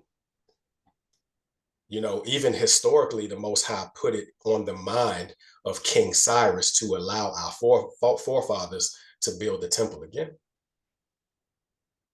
Does that make sense? Mhm. And there was no reason for him to really do that other than the Most High turned his heart. The Most High put it in his mind to do this. Similarly to where I've experienced in my life, and I'm sure most of you can relate to the fact that some people might do something for you. It may be a stranger, it may be the least likely person that will do it, and they will even preface what they're about to do for you by saying, I don't know why I'm doing this, but here you go. You know, the Most High is able to take those that have and bless the have-nots. So when we do have, it's essential that we be intentional about blessing others, because there will be a time when we will have not. Right, but the Most High is in control, and he'll turn the king's heart in your favor. Verse 2.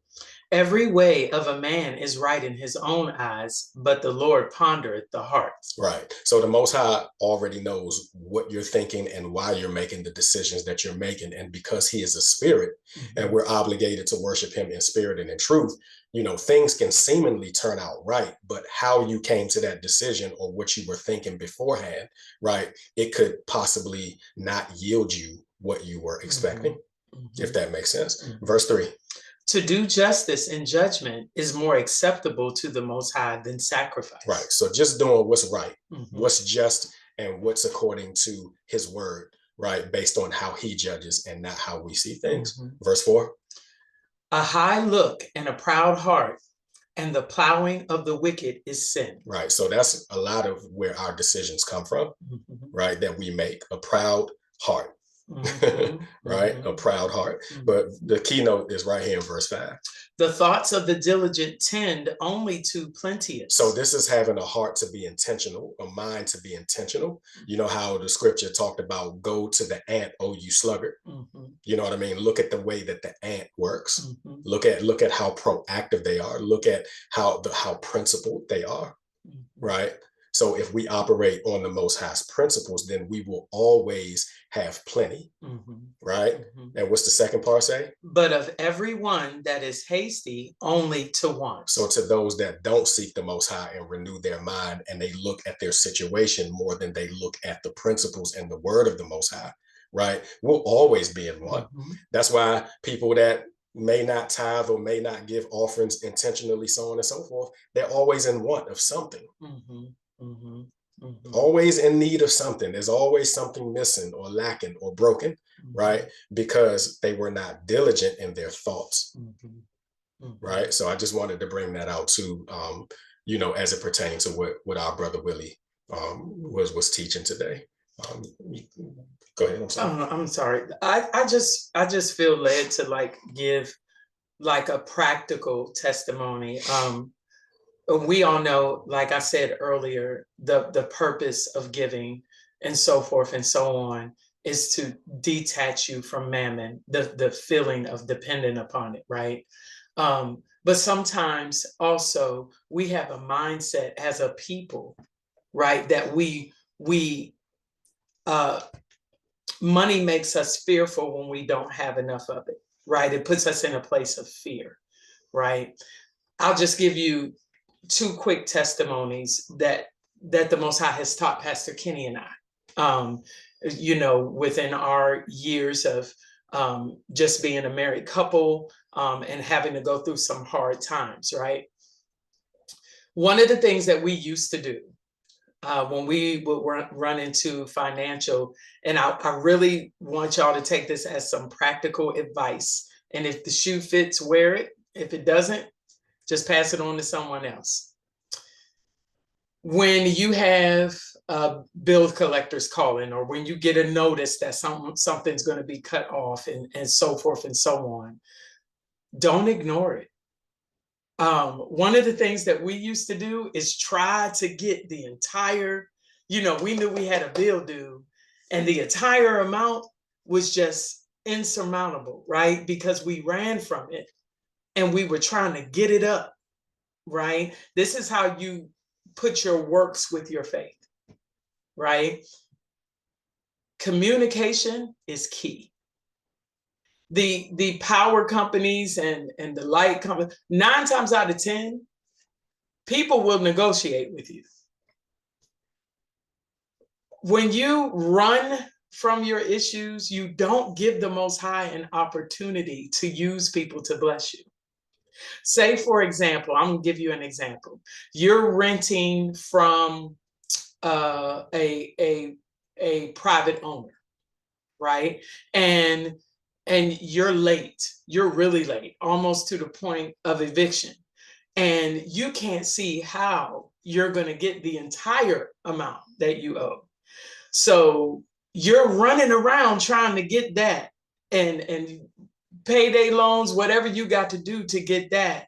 Where if you just sit and listen to the Most High and you communicate with that person that you owe money to, and I'm saying this by experience, you communicate.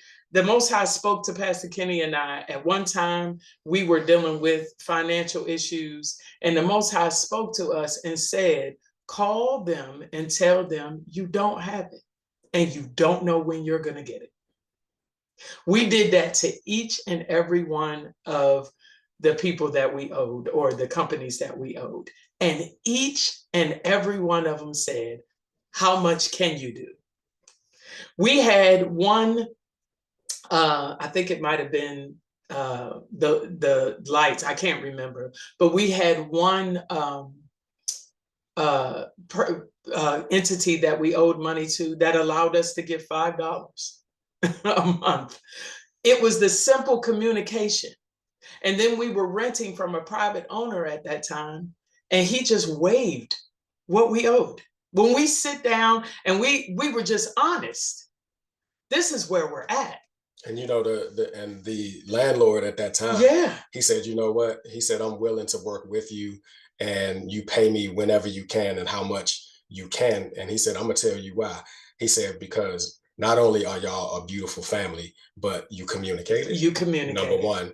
Number two, he was like, I've had so many people come into this same house and destroy it. Mm-hmm. He said, but every time I come over here, you keep the place immaculate. The yard is in great shape. You know, the walls aren't marked up. The carpet is clean. Your house is clean all the time. He was like, I don't think you understand. I would rather deal with that with you guys than deal with people that pay on time, but end up costing me money on the back end because they destroyed my property. That was his mindset at that time, which was a great testimony for us. Yeah, but during that whole time that we were going through financial strains, we were still giving. Mm-hmm. And we were determined that we were just going to, but the mistake that we were making was not communicating. Right. That's what the Most High showed us in us saying, wait a minute, now we're giving, now we're coming up out of the Christian mindset. And so we're just like, Father, you know, what is going on here? But that is the Most High opening up a door for you where you're looking and thinking that you need money. He gave us favor with the landlord to where he said, whatever you get, give it to me. And then what did we have to do on the other side of that? Be faithful to do that, not take advantage of that man because he was willing to take whatever we had and say, oh, okay, now we can go and spend. No, we were faithful to that. And whatever we had, and slowly but surely, we began to come up out of that. So I felt led to say that because a lot of times we feel like, we allow money and owing to hold us hostage and we don't communicate and we don't give the Most High an opportunity to see his hand because we don't communicate honestly with our creditors and people that we owe when he's looking to show himself strong, right? In every area of your life. So be bold about what you have and what you don't have and be honest and allow him to give you favor with people and with companies and so forth and so on, because he will do it, y'all. We have seen it over and over again. So I just felt led to share that. Well, praises to the Most High. As we begin to kind of wind down, it's about 1:40. As we begin to wind down on this awesome Connect session of fellowship that the Most High has given us today, on this holy day. I do want to give anybody who has not spoken yet an opportunity to say something if you haven't said anything already. And in the midst of that, Willie, I want you to kind of just go back through your notes and everything like that. And if there's anything that you wanted to say that you didn't take the opportunity to say or bring out, then I want to give the floor back to you in its finality and just give you a chance to kind of just touch on anything that you may have skipped over or anything that that you feel like you want to bring out after we've had this discussion. Okay. All praises to the Most High. So anybody, any square of anyone who has yet to say anything or speak, the floor is now yours if you want to take that opportunity. I just want to say, Willie, you did a great job. And the thing about when you first wake up in the morning and meditate on the word day and night, I realized when I wake up in the morning, I meditate on the word before I go to work, that I really understand it a whole lot better, and before I go to bed at night. So I really say that you did a great job, and I appreciate it. Awesome. All praise to the Most High. Patrick, while you're on, can you introduce yourself a little bit? Tell us a little bit about you and how you found out about RCC. Well, my name is Patrick Schaefer. I'm from Baltimore, Maryland. I currently live in Charleston, South Carolina. My grandmother sent me this information. She kept telling me to watch y'all, and I said, I'm gonna watch it. I'm gonna watch it. And it took me probably about 2 months. And then I've been watching y'all ever since. So my grandmother really put me on to y'all. Awesome. Okay, well, shout out to your grandmother. And thank you. And thank you for reaching out. And we definitely look forward to actually connecting you with Brother Willie, who's in the DMV, because every Shabbat he does gather at a specific place as an extension of RCC. So there are plenty. I'm in Charleston right now. In Charleston. Charleston, South Carolina. I'm from Baltimore. Yeah, I've been here about a year. Got you. Okay, got you. All praise to the Most High. Well, we're gonna connect anyway. Yeah, absolutely. You're not that far from us. Yeah, Charleston is our spot, man. Yeah, that's our little vacay spot. Well, it's a pleasure meeting you, man, and definitely look forward to speaking to you and seeing you even a lot more often than now. Thank you. Thank you. Yes, sir. Anybody else? Don't want to put any pressure on. Yes, I would like to say something. The one who's 50 now for today. Yeah, I received that. But all praise to you. Is Ma cutting off? Mom, we can't hear you. Can you hear me now? Yes. Sure. Okay. All praise to you, Willie. I appreciate you. You know, I've never been, I wasn't a good student in school. I didn't listen. I didn't learn. I hated history. I didn't like anything but reading and drama and stuff like that. So I appreciate when you and even Pastor Kenny, y'all bring out the word in simplicity. To me, that is a blessing because I can understand it. And so what you brought out today, what really stuck with me was presenting my body as a living sacrifice. And to me, the words that you spoke and what you were saying in all totalness, to me, it's like what's been in my spirit for a couple months is becoming that word that I see and I hear and I understand and being converted into that word. So it was a blessing. It was an honor. It was a privilege. I'm glad that, Pastor Kenny asked me to just come on here and just, be on here. I was truly, truly blessed. Because the way you break things down, you ask questions and stuff. I don't really ask questions to the Most High. I'd be like, okay, Most High, show me what that is. Show me what that looks like. You know what I'm saying? That's how I relate to it. But the way you write things down, and even Pastor Kenny, y'all see things, you put yourself in that place.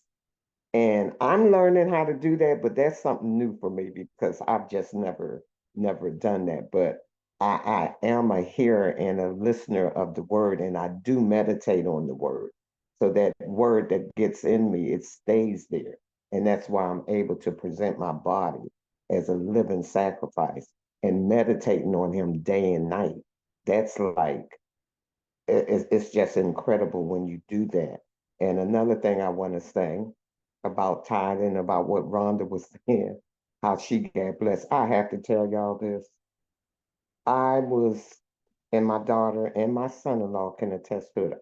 When I was living in Virginia, and even when I came down here the first year, I was in and out of the hospital with so-called strokes. And I wasn't paying that bill because there's no way I could have paid the bill. The bill was enormous. And the insurance that I had didn't even touch what the bill was.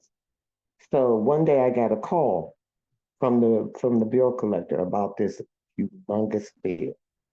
And this is exactly what I told him. I said, sir, I'm not paying that bill. I don't have the money for that bill.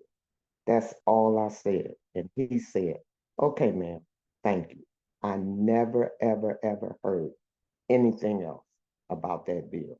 And I've been tithing because I was taught to tithe in my boss home. I've been tithing ever since I started working at 16 years old. Then I was doing it because I had to do it. But then I got accustomed to doing it. And I can tell you, in my 73 years, tithing and giving from your heart, not giving because you want something back, but giving from your heart and knowing that the Most High got you, it is such a blessing, y'all. It is such a blessing. I can attest to it. How the Most High is how he's just giving back to me because of me giving with my heart, not because I want something, but just giving of my heart. And I just wanted to let you guys know of that experience that I've had. All praise to you, Willie. Appreciate you. Looking forward to seeing you on this feast day. And I love you. Thank you, son. All praise. Thank you. Anybody else? I tell you, the Most High knows how to really just address what he wants us to hear. And I think, Willie, you did a fantastic job of giving us the heart of the Most High, and even giving your own personal testimony and showing us your relationship with the Most High within your teaching. So just keep doing that, man. But I also want to turn it back over to you if Morad doesn't have anything. I want to turn it back over to you. Is there anything else that you want to elaborate on or touch on before we shut it down? Just like maybe if I could hammer home the spaced repetition thing, like that's key. It's like not really just doing it like, okay, I'm gonna just read for 6 hours today, but I'm not gonna read tomorrow, I'm not gonna read that. Like it just, and it doesn't mean matter like how long. 5 minutes a day is enough. When I first started writing my Bible out, I built myself up. I started with 1 minute.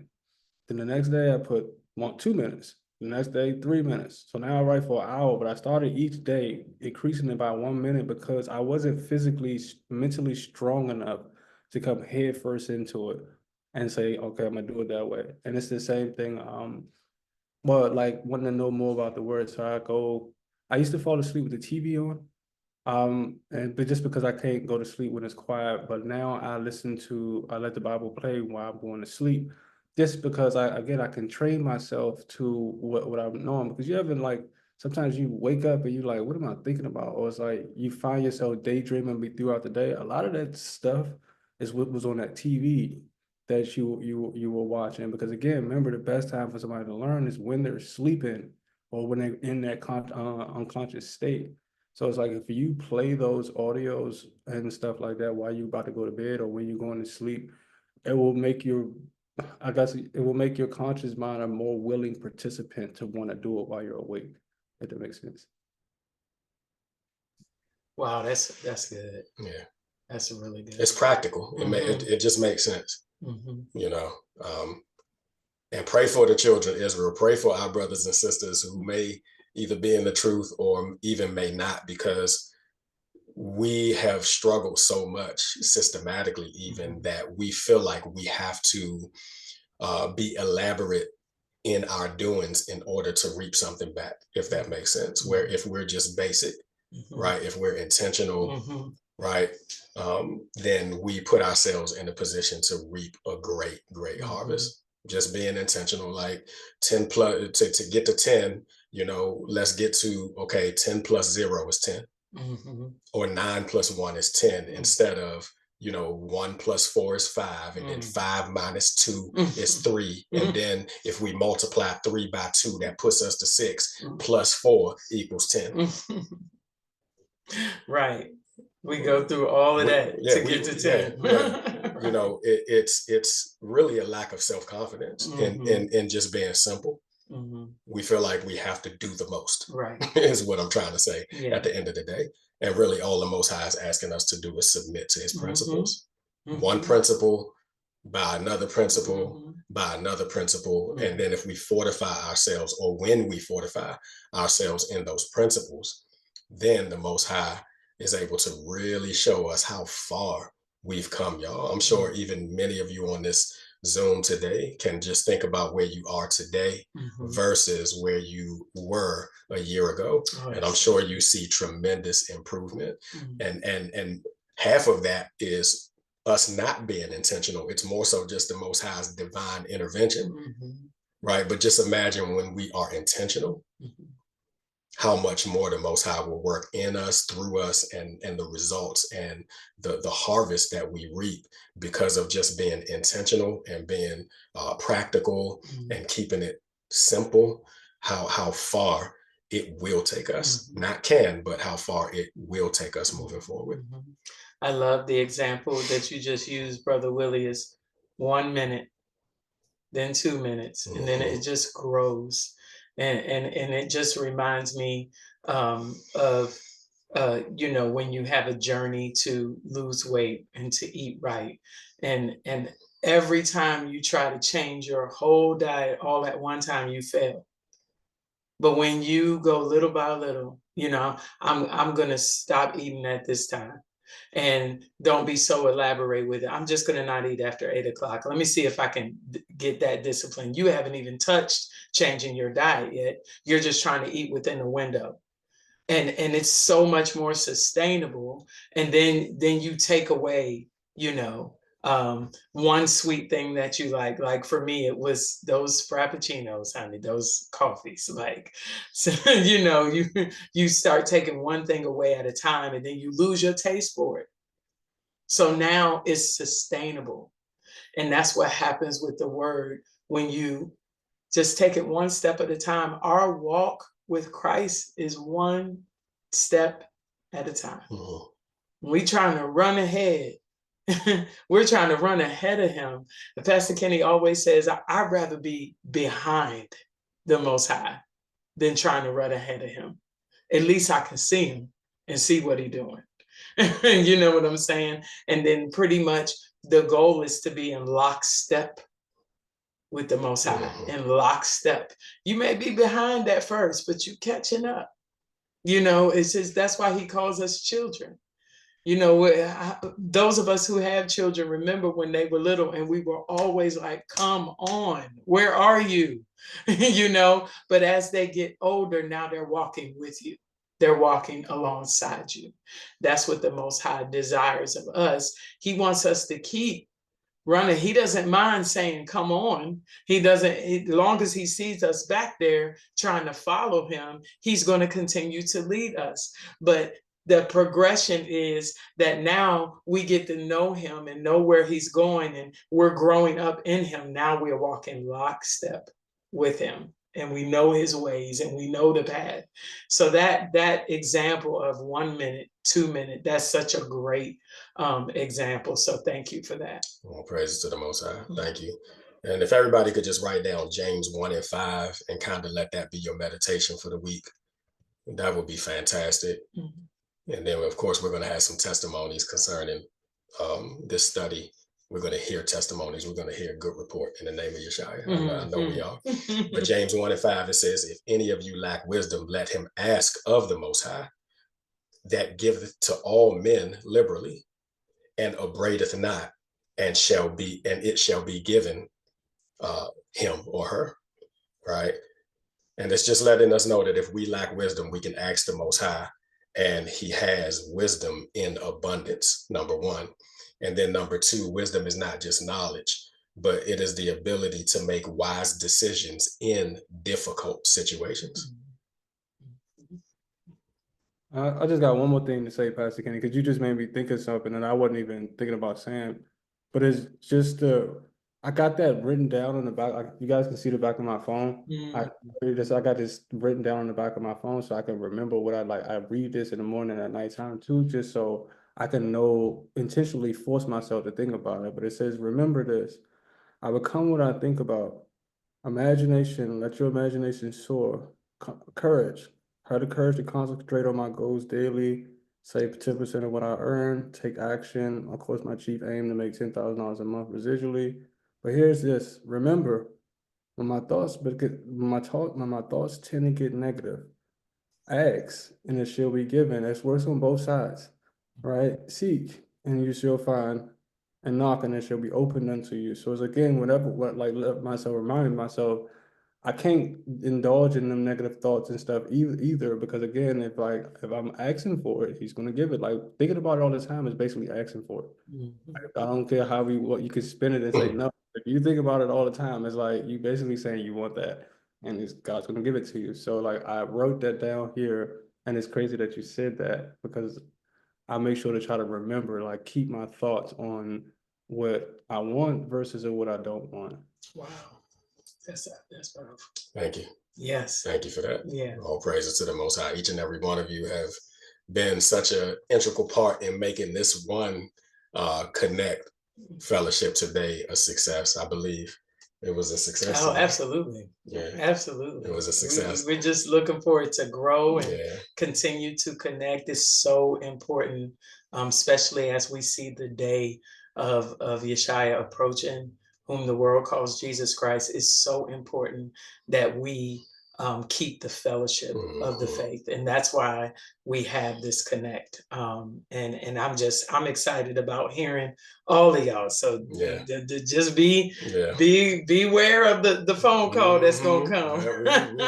Mora and I on both sides. Yes, we'll be reaching out to you all to really. We want to plan the next 6 months to where we get 6 people that's going to bring forth the word for the Connect ministry every second Shabbat of each month. And man, this has been good. It's been really good. It's been really good. It's been awesome. And any announcements or anything? Yes, Feast of Dedications. All who can make it, we just encourage you to come and join us on November 23rd at the Selma Burke Community Center in Mooresville, North Carolina. We'll be continuously putting out notifications and everything. It's going to start at 11 a.m. But just join us for Feast of Dedications. Again, join the Patreon platform, whether you join as a subscriber or as a free member. Really trying to push everybody towards that platform. As I spoke to you guys kind of some months ago, we're trying to make a transition off of YouTube and onto other platforms. So if we are able to connect more through Patreon, we can go ahead and make that transition. We just continue, those of you who are mobile, continue to chime in on Shabbats on our live stream. It really, we thank the Most High. We keep getting subscribers. That's all praises. But also, whether you're local or whether you're mobile, share this word. We need people to wake up, to come into the knowledge of not just who they are, but who they are in pertaining to the Most High. We need our people to wake up all over, and it's gonna be done through you. It's going to be done through you sharing. If this ministry adds value to your life, continue to share. Most of you do. and we appreciate it. But just continue to do that. That's why Patrick is on here today. That's why all of you are on here, Right. because somebody shared the word with you, to be honest with you. So continue to do the same. You are doing your part in planting and watering when you share. Absolutely. Right? You're playing your role in that. All praises. And I'm glad you said that, because, you know, the world in itself, you know, this system, this beast that we're in, they are getting more and more aggressive by the day in turning people from the Most High. Yeah. So we need to be equally, if not more aggressive in sharing the word of the Most High. Like Brother Willie said, repetition is key, right? We want people to hear this video and then want to listen to it again and again, and then share it with others, right? And just keep sharing and sharing, because this is how we even combat the principality or the powers that float through the airways, right? Is as loud as they scream, we should scream louder. As aggressive as they are, we should be opposingly aggressive in our faith, as it pertains to making sure that it gets in the ears of the unbelievers, right? Because that's what Hasatan is doing. He's roaming the earth seeking whom he may devour.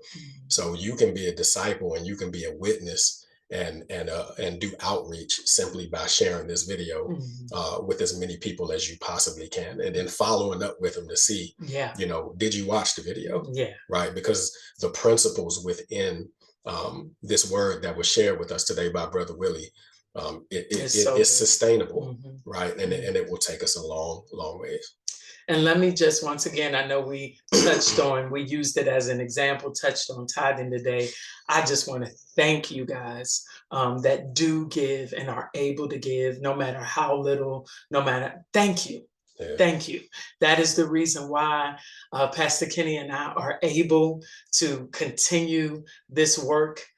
You all know what we do for the community, what we do on feast days and coming together. Just thank you, thank you, thank you. I do not want to leave this Zoom without saying that, because we do see your giving. We do appreciate it. And it is allowing us to be able to continue to do what we do, not just doing it, but do it with excellence. Right? We want resources and excellence, and be able to provide for the community, because they are going to turn back to the people. We trying to get people not to go to welfare, but to come to RCC. That's the whole point of our ministry. The Most High gave that to us, that we would build the old waste places, that we would be a hub for people who are downtrodden and have needs, that we would be able to meet their needs. And y'all are helping us do that. So I just want to thank you. This is not a plug for you to give. This is a thank you. Thank you, thank you, thank you. I just wanted to appreciate y'all for that. And one last testimony. So you guys know that online, the RCC family, the brethren, we do barbershop talk every other Thursday night. Faithfully, we've been doing that for so many years. And when I first moved to Charlotte, all by myself, like not knowing anybody, for about 2 months, I was able to do barbershop talk live in a real barbershop. And the Most High blessed it. Unfortunately, it wasn't sustainable. The barber or the owner sold the business, or the building was bought out, whatever the case may be. But I just talked to an owner of a barbershop last night who says he wants or will allow RCC to use his barbershop to do live barbershop talks in the community every other Monday evening, starting in December.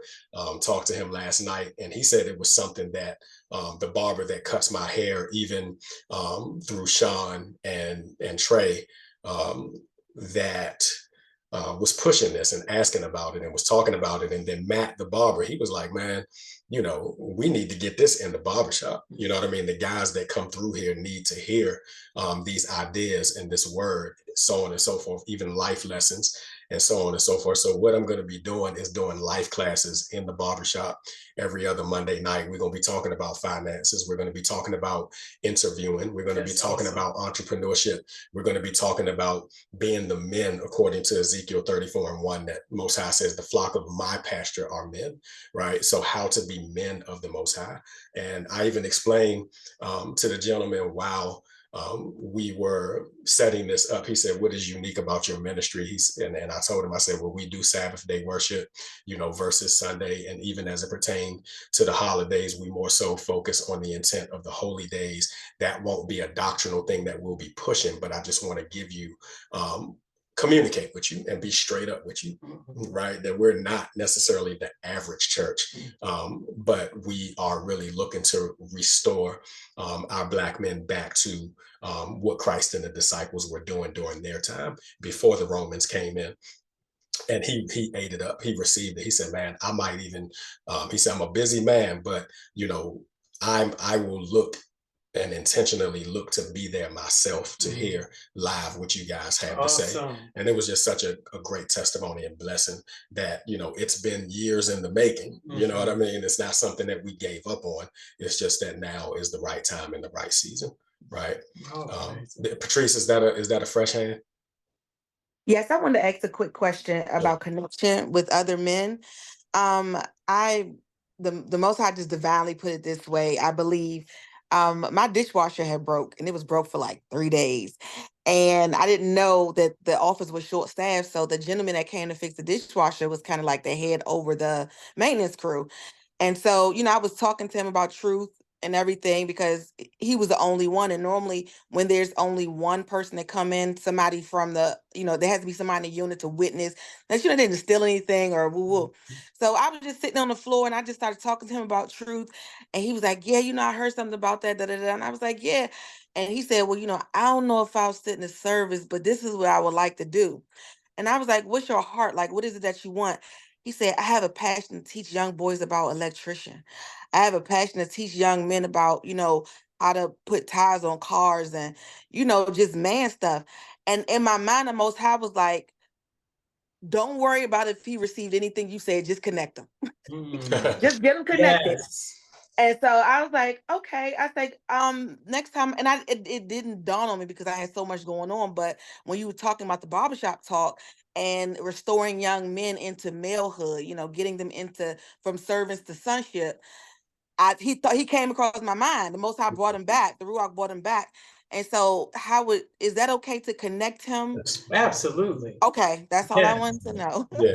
100%. We want to meet people where they are. And I have a saying, just be at where your feet at. Yeah. You know what I mean? So we want to bring the word, not just from a line upon line precept perspective, because the carnal man can't understand the things of the spirit all the time. But if we come in by, hey, you know what? We have an electrician coming in to speak. We have an investor, a person that does investments, and believes in residual income, so on and so forth. Like just giving this information to our men, the biblical principles will begin to really come out anyway. And that's really what I want to be there for, is to take life skills and then add the biblical principles to them, or show people where they are in the scripture so that they'll believe and that they'll see the word of the Most High working in their lives. And then everything else that they will need as it pertains to this absolute truth, it'll just come with the territory.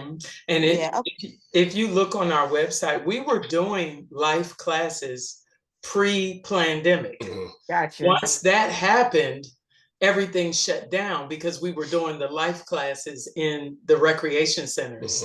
And then everything went on lockdown, and then we just never got that connection back. So definitely anything like that, Patrice, or any of you are on there, when someone shows an interest in wanting to teach a skill or share some information that will bring our people up, definitely connect them with us. Okay. Because I thought about it. I was like, well, he got a background check because he was working in the, field where, that's already, he wouldn't have the job if he didn't have the right background to be. Correct. Because he's around kids and family. So you can't have any type of sexual assaults and things like that when you're working in and out of people's homes. So I'm like, all right, that's covered. Right. You know, what do you, and the Most High was like, you planted the seed. Don't worry about if he understood anything you said. He did, but don't worry about if what you said is going to lead him to, you know, a building. Get him to connect it to the people. That's what I want. That's I want that. So I'll get his information and I will give it to you, Pastor or Morale, whichever one. Okay. Sounds good. Yeah. I appreciate that. 7 days from today, I believe, is the 16th. Is that correct?